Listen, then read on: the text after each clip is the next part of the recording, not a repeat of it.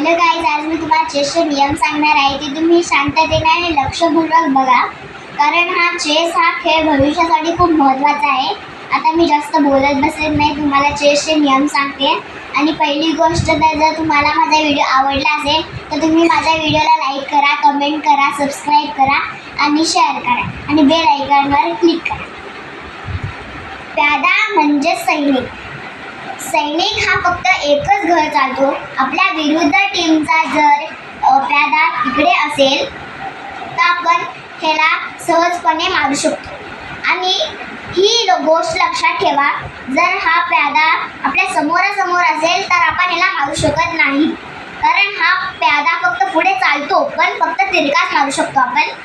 आणि हत्ती हा पुढे आणि आडवा बस एवढा चालू शकतो आणि कसाही चालू शकत नाही.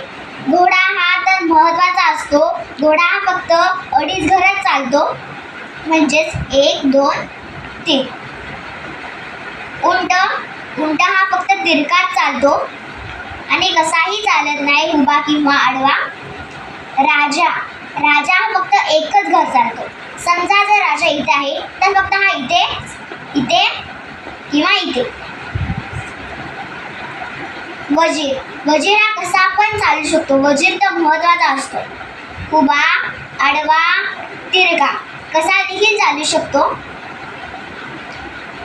अशा पद्धतीने मी आता तुम्हाला चेसचे नियम सांगितले आहेत आणि एवढं सांगून मी माझा व्हिडिओ बंद करते.